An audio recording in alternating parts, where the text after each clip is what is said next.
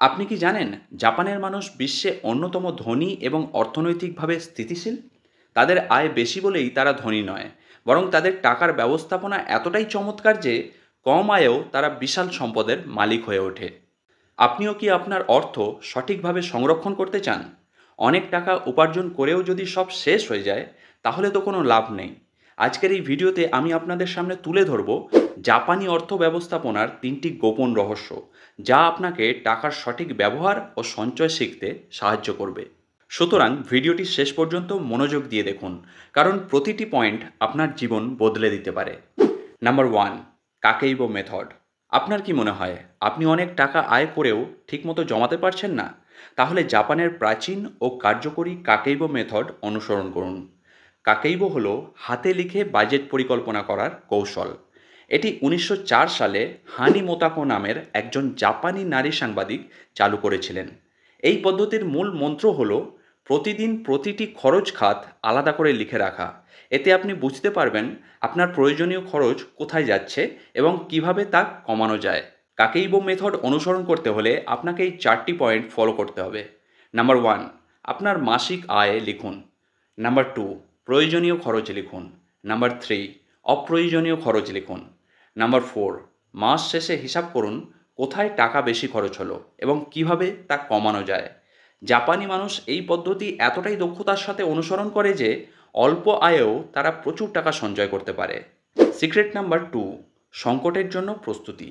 আমরা সাধারণত ভালো আয় করলেই বেশি খরচ করি, কিন্তু জাপানিরা ঠিক তার উল্টোটা করে। তারা কঠিন পরিস্থিতির জন্য সবসময় প্রস্তুতি নেয়। জাপানি পরিবারগুলোর প্রায় 80% মানুষের ইমার্জেন্সি ফান্ড থাকে, অর্থাৎ হঠাৎ চাকরি চলে গেলে বা ব্যবসায় ক্ষতি হলে তারা অন্তত 6 থেকে 12 মাস চলার মতো টাকা সংরক্ষণ করে রাখে। কিভাবে আপনি সংকটের জন্য প্রস্তুতি নিতে পারেন? প্রতি মাসের ইনকাম থেকে 10 থেকে 20% টাকা এমার্জেন্সি ফান্ডে রাখুন। সেই টাকা এমন জায়গায় রাখুন যেখানে সহজে তুলতে পারবেন না, যেমন ফিক্সড ডিপোজিট বা আলাদা অ্যাকাউন্ট।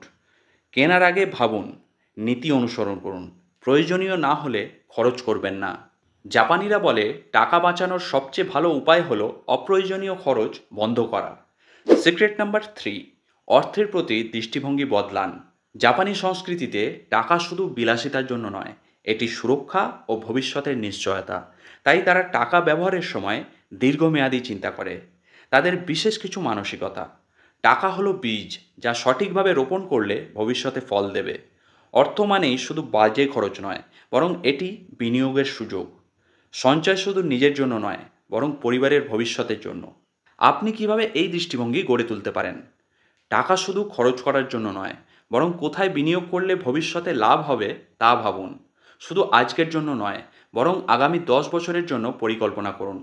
বাজে খরচের চেয়ে স্কিল শেখা, ব্যবসায় বিনিয়োগ করা বা সম্পদ তৈরি করার দিকে মনোযোগ দিন।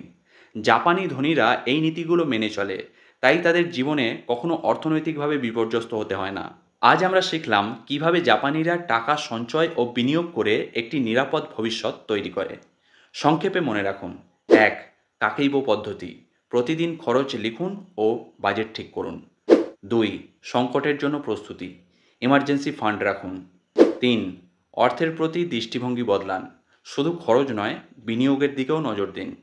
আপনি যদি এই 3টি গোপন কৌশল অনুসরণ করেন, তাহলে অল্প ইনকামেও আপনি প্রচুর টাকার মালিক হয়ে উঠতে পারেন। ভিডিওটি ভালো লাগলে অবশ্যই লাইক, কমেন্ট এবং শেয়ার করুন। আর যদি নতুন হয়ে থাকেন তাহলে সাবস্ক্রাইব করতে ভুলবেন না, যাতে এমন দারুণ সব তথ্য পেতে পারেন। দেখা হবে পরবর্তী ভিডিওতে। ততক্ষণ পর্যন্ত ভালো থাকুন, সুস্থ থাকুন এবং শুনতে থাকুন স্বনিয়ন্ত্রিত জীবন।